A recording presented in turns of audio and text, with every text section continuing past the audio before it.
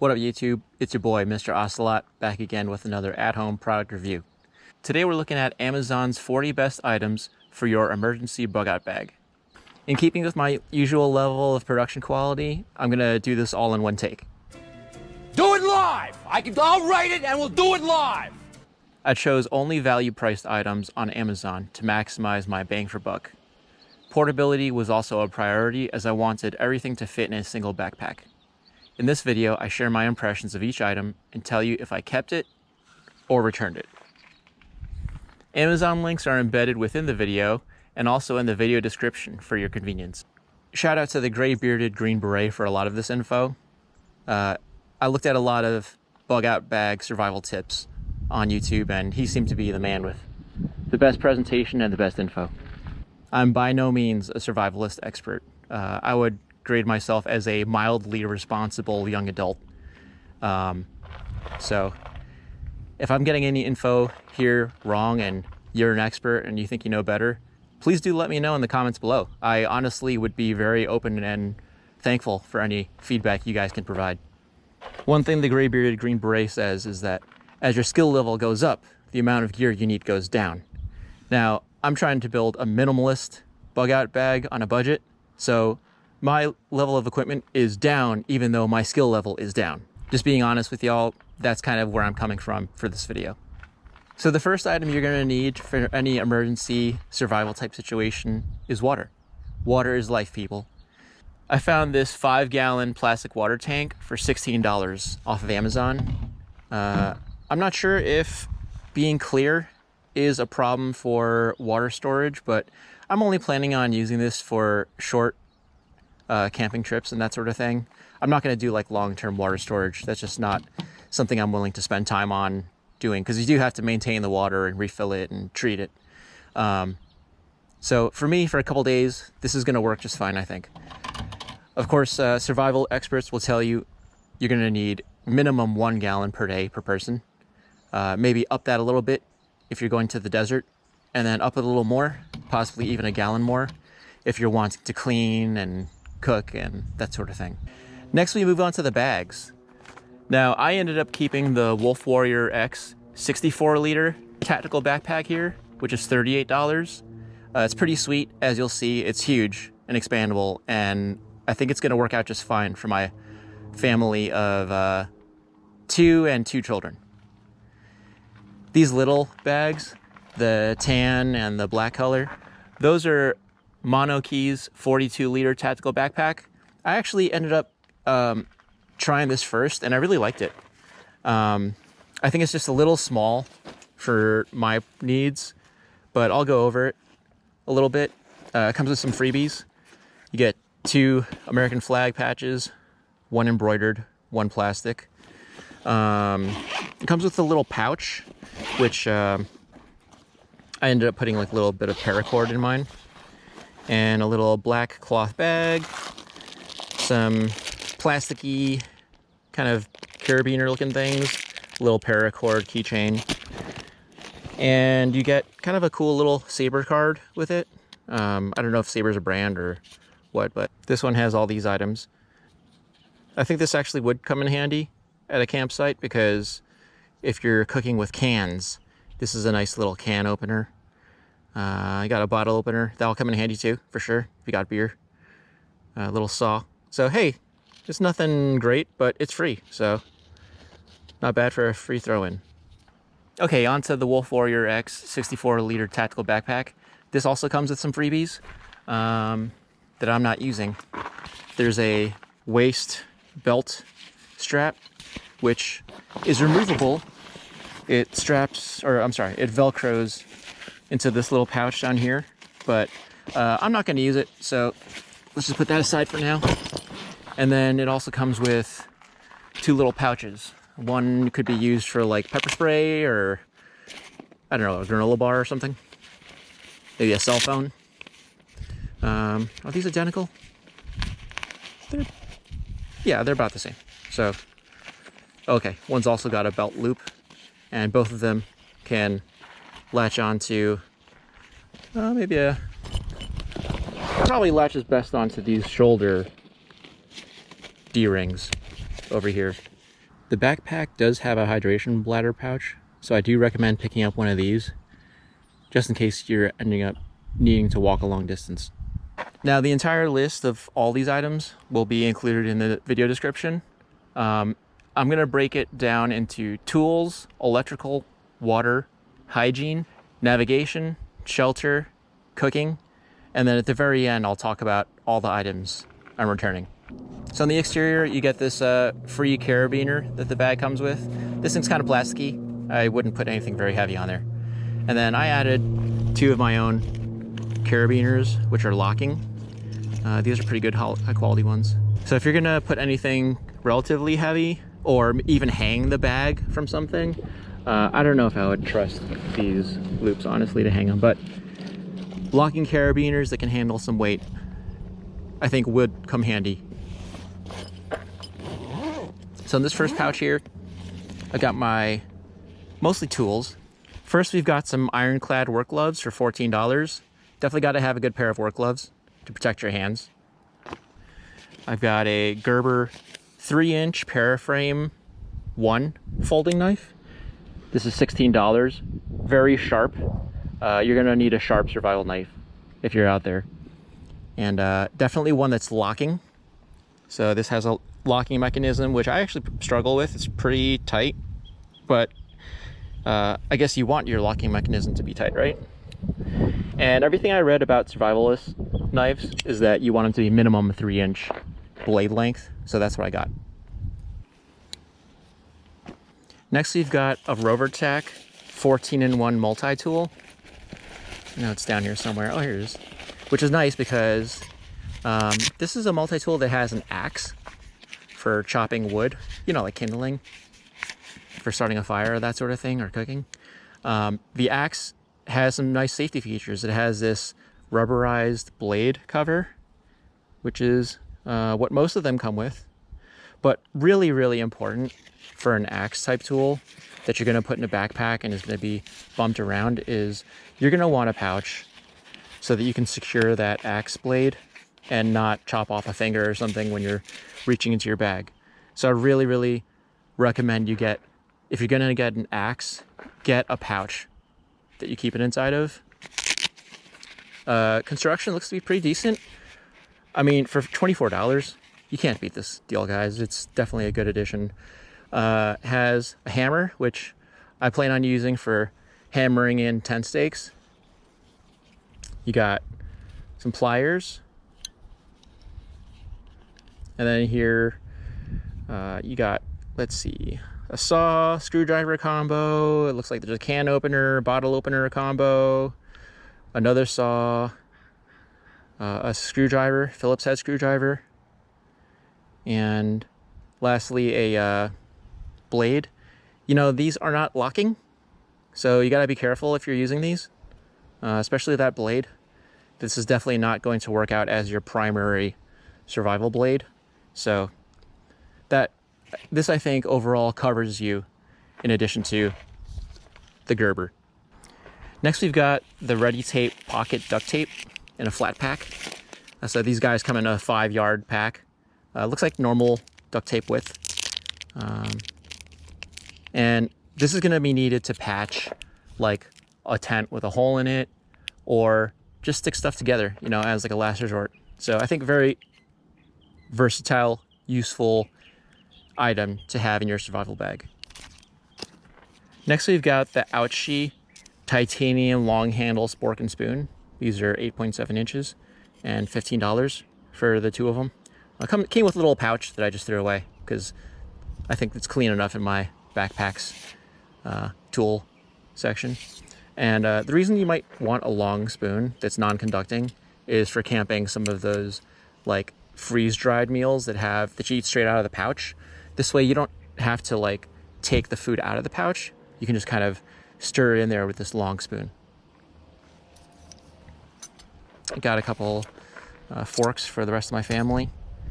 A couple pens. Might need those for navigation later. I got a butane torch, and that's going to be good for starting fires, I think. You can't see it, but it's actually, the flame is coming out. And this is going to be handy for starting fires. And then this one's going to be more handy, a Bic lighter. A Bic lighter is going to be more handy for melting paracord and that sort of thing. So you got 2 flame sources.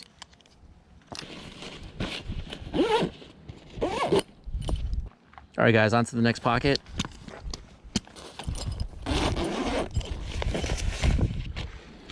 So this is going to be mostly electrical items, some navigation, and some hygiene items as well. So first we'll go over the electrical.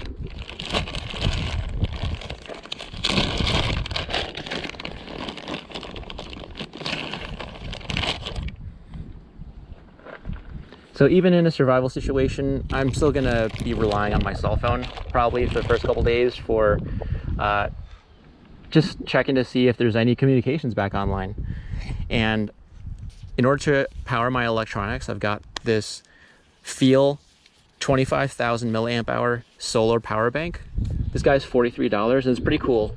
It charges itself using solar power. I'm not sure I'm not sure you're going to want to rely on that as your primarily charging method, but if you got nothing else, hey, it's better than nothing. And then on this end, you have 2 USB charging ports and 1 USB 2.0 micro USB port. This is how you charge it. And there's also a little flashlight here at the end, which probably isn't going to show. Oh, there you go. Okay. So you got a little flashlight at the bottom as a bonus. It's got these 5 status lights on the side of it, and the first 4, which are blue, show the battery charge. The 5th one, which is currently green, shows the charging state, and it's a solid green because the solar panels are charging the battery right now. One thing to keep in mind with all your rechargeable batteries is you want to cycle them between up from 40 up to at least 80%. Every 3 months or so. So however you want to do that, I set myself a calendar reminder on my phone that every 3 months, got to cycle my batteries. Supposedly that helps them last longer. The last item that I need for survival is these 2 coiled USB cables. And what's nice about these is I didn't want to carry a regular micro USB 2.0 cable and a USB-C cable. So this little cable comes with a converter, and it's coiled, which is nice, so it doesn't get all tangled and take up a bunch of room inside your bag. And I got 2 of them because my solar battery had 2 ports. Up next is the Foxelli 180 lumen USB rechargeable headlamp for $15. These are kind of cool because they're rechargeable using my solar battery. I use these to run with actually at nighttime, and they're really bright. Like any other headlamp, you know, they got your on, your bright, your more bright, your strobe. Pretty straightforward.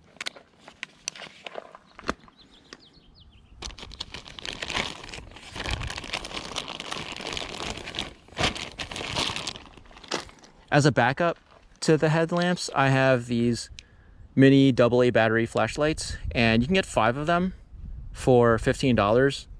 The staple of any survival hygiene kit is baby wipes, or flushable wipes also work. And essentially these would replace a shower. If you don't have a running water source or you don't have soap with you, just bring some baby wipes, clean up with these, and of course pack your trash with you and take it with you. Here's a 100-piece first aid kit, which true survivalists would call an owie kit, because you can't actually fix like a gunshot wound or a stabbing wound with this stuff. But you know, you got a primary care guide, some gauze, some bandages, safety pins, tape, Q-tips, the bare essentials. Next we got some face masks. I don't know if these are N95 certified, but hey, it's better than nothing in case we're caught in some smoke. My antihistamine allergy pills. I take one of these every day, guys.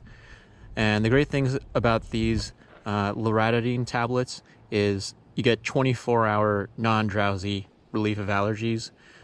What's great about that is you can at least eliminate do I have COVID-19? Do I have a cold? Do I have a flu? Well, if you have allergies, you might think you have one of those other conditions. So every day, just as a getting ahead of the game for me, I take a allergy pill first thing in the morning. These are some Colgate Wisp waterless toothbrushes that I carry. I also carry these in my travel kit, not for getting to the hotel, but just on the plane. Like if you want to freshen up before getting off the plane, these are really nice. You don't have to leave your seat. And there's a little bead of waterless toothpaste in there, a plastic brush, and there's a toothpick at the end of them. You probably noticed by now that oral hygiene is really important to me. I don't even know if it's necessary to brush your teeth every day in a survival situation, but just from a morale standpoint, it's like a routine that keeps me in a normal state of mind. So here we got a Listerine floss fork, which you can get one of these plus 9 of the flossing heads total for only $2 off of Amazon.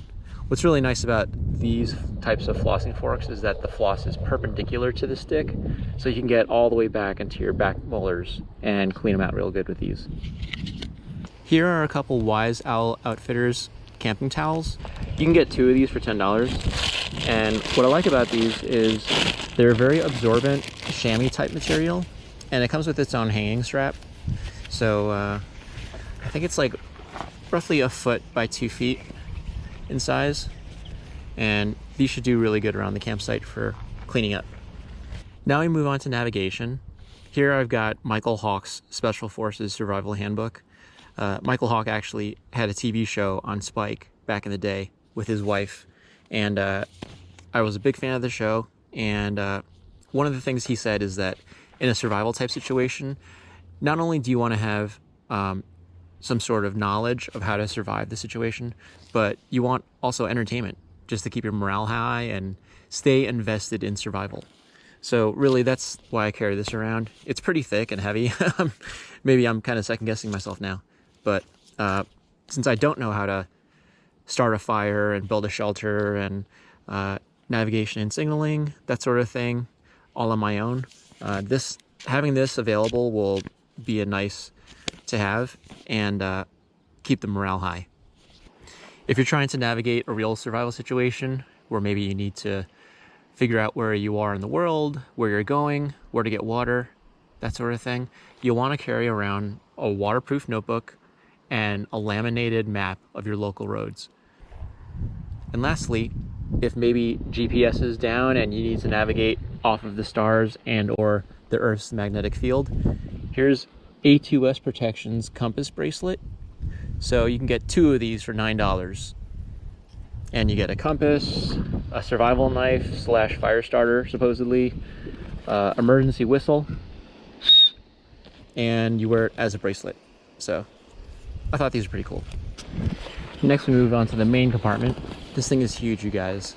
These are the SOL Escape bivvy sacks, and these are a nice Gore-Tex material, which I kind of splurged a little extra for these, $60, because I didn't want a plasticky bivvy sack.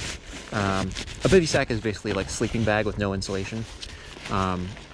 So you're just using the material and this kind of reflective insulation, I guess. Not really insulation, but reflective Gore-Tex like material to keep you warm.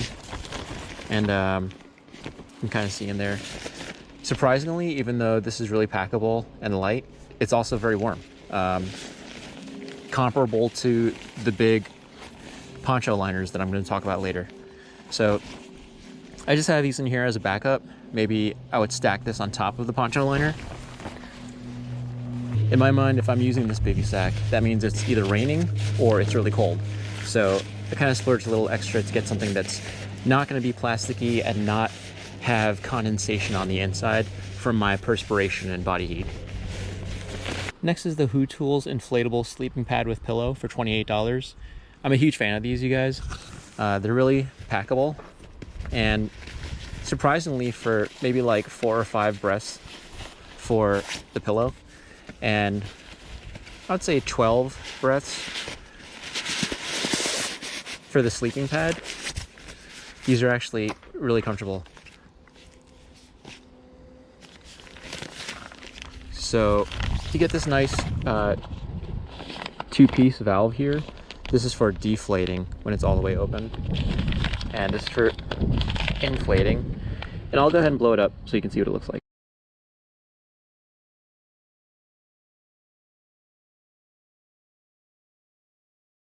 Up next, we've got two poncho liners, one tan, one black. So the tan one is this Proline Max with pouch. It's $30.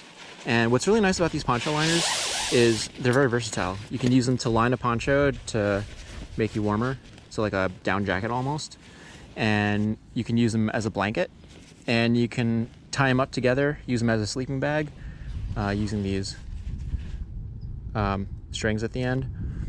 You could even, if you're in a pinch, tie them up into a tent. So they're very versatile, very warm, water resistant, I would say, and eminently packable, which is pretty awesome. So what I like about these two in particular, and by the way, the black one is made by the brand Sargent. What I like about both of these is that they're packable. They come with pouches. Another one, which I'll talk about later, didn't come with a pouch, so it's got to go back.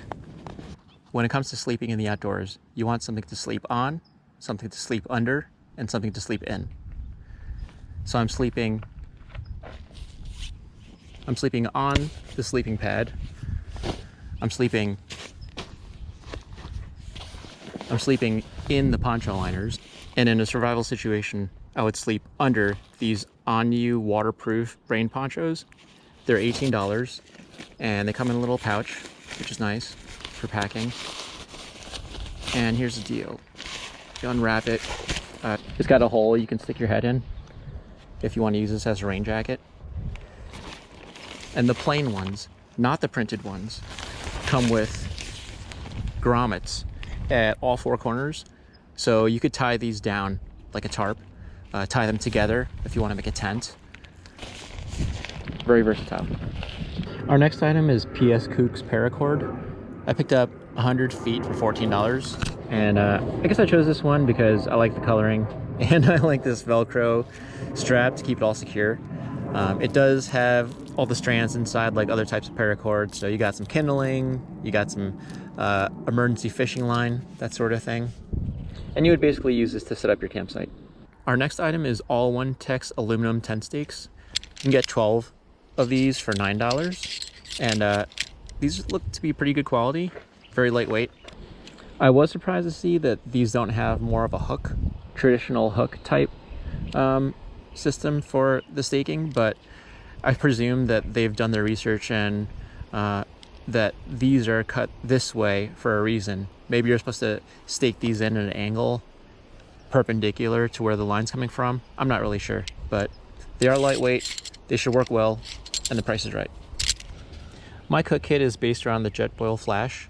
So what we have here is a can, 230 grams of butane propane fuel mix that's proprietary Jetboil.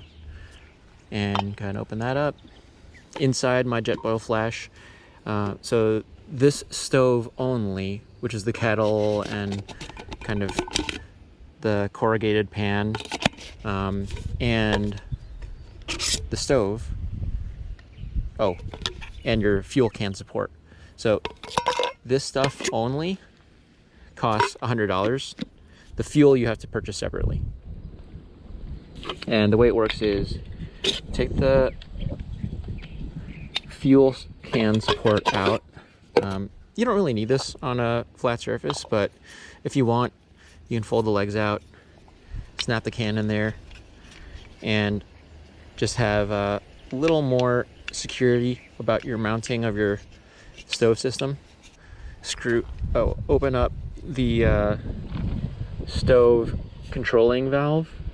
So you would go lefty-loosey for more fuel and righty-tighty for less fuel.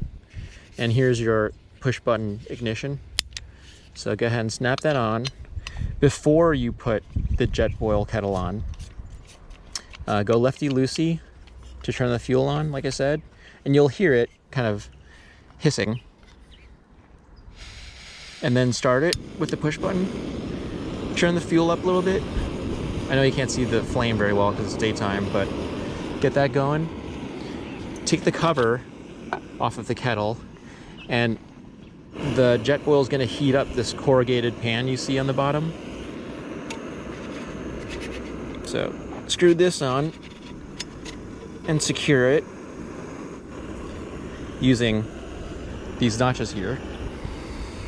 And of course, if you were cooking by now, you'd have water in there. It would get boiling. I think this 1 liter of water can get boiling in like less than a minute probably when this fuel's on max. And I'll turn this off. The lid has some holes in it so you can drain water.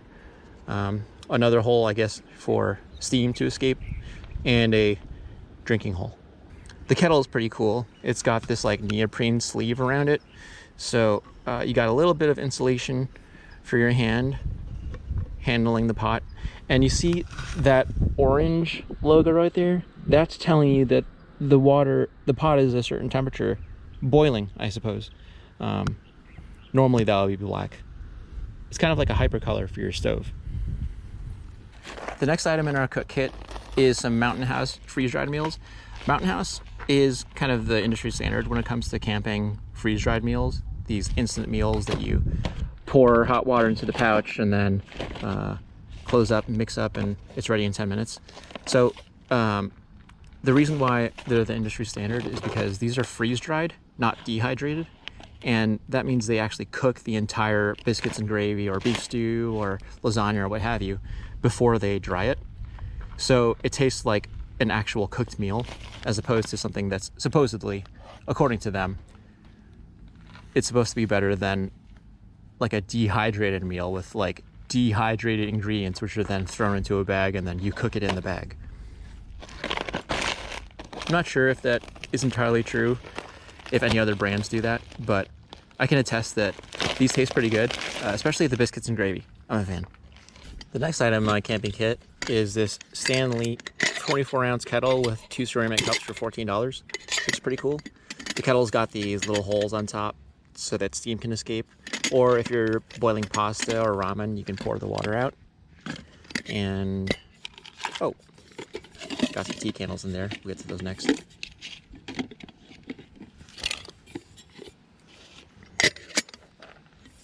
It's got a handle that kind of locks in place if you want to boil your water at a distance.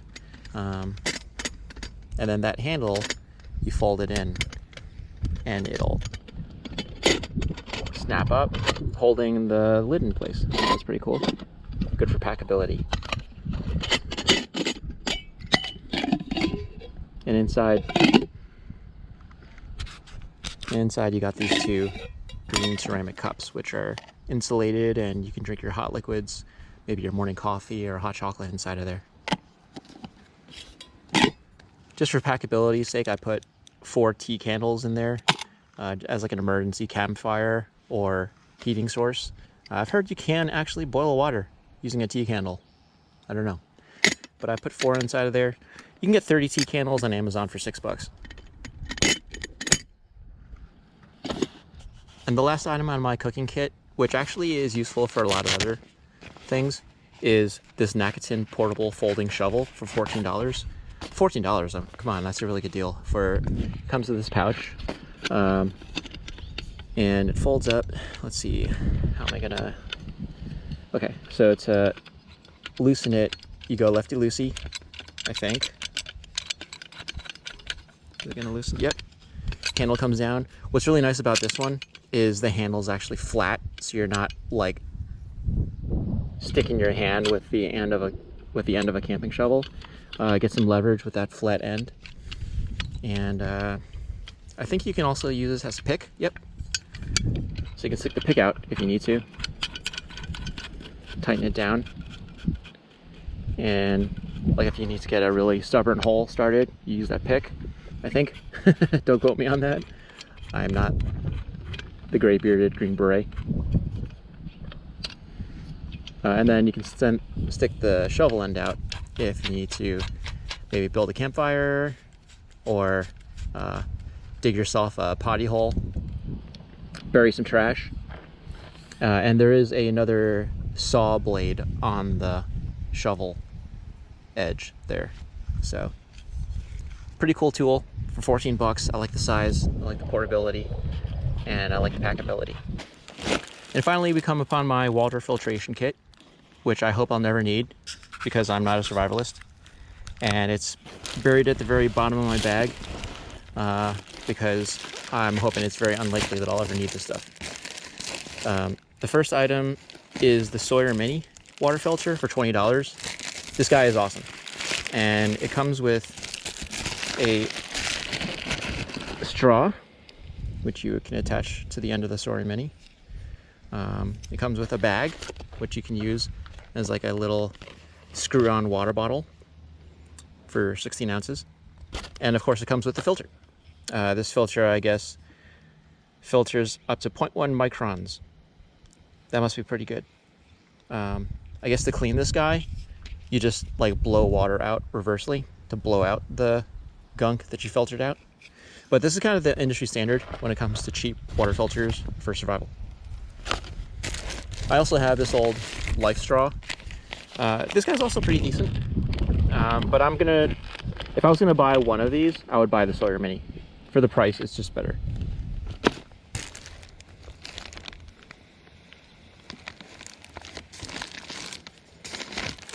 The next item I got these SimPure collapsible water bottles for $33 each. That's actually kind of expensive. Maybe I'll return one of them. But I figured, like, for portability, you pack them really small, and if you open them up, you can get a good amount of water in there, 25 ounces. And it comes with this filter with a bite valve that you just stick into the bottle, and you have inline water filtration for a water source that you don't really trust. Pretty clever, and I think this would complement the Sawyer Mini on the go.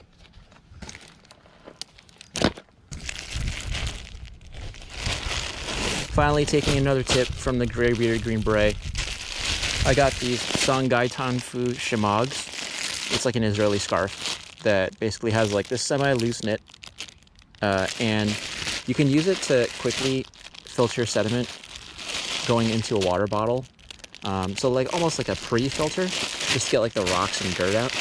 And then it's also useful for warmth, obviously, like a scarf. And then finally, if you want to cover something with it, maybe like a fourth line of defense tarp for your shelter. All right, guys, so now we're going to move on from the Bugout bag to the rejects. These are the items that I'm returning for whatever reason. It's not that they're bad items, just that they didn't work out for my vision of what I wanted my Bugout bag to be. The first item I'm returning is this Lingxi collapsible 20-liter bucket for $11. It's a cool idea. I think I would keep it, actually, if I had a dog. And what it is it's just like this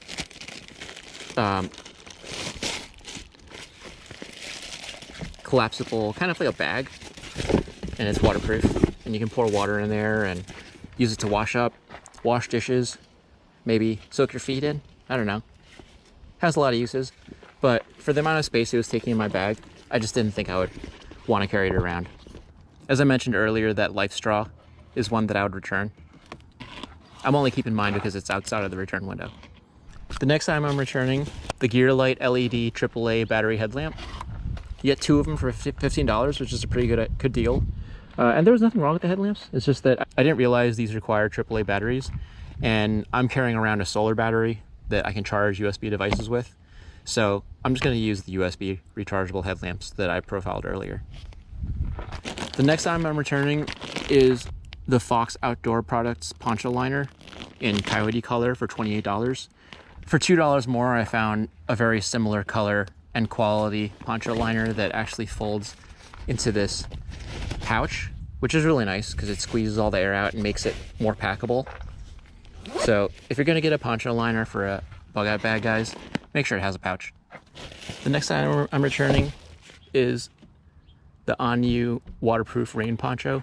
This is actually the same exact item I showed earlier, but the print ones come in a completely different folding pouch, and they don't have those grommets in the corners, which I would need to tie this down and make it into a tent or a tarp.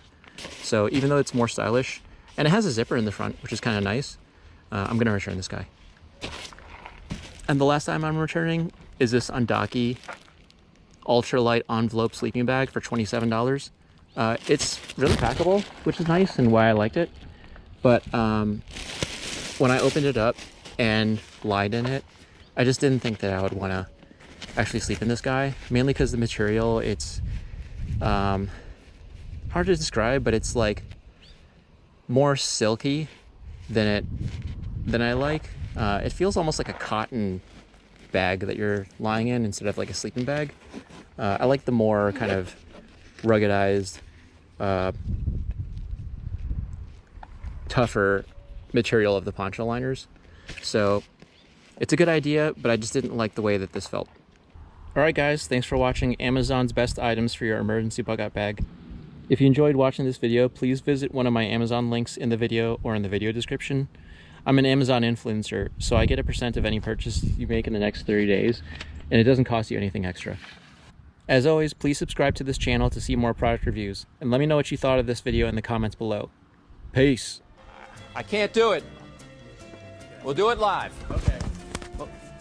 No. We'll do it live. Fuck it. Do it live. I'll write it and we'll do it live. And thing sucks. In 5, 4, 3. That's tomorrow, and that is it for us today. I'm Bill O'Reilly. Thanks again for watching. We'll leave you with Sting and a cut off his new album. Take it away.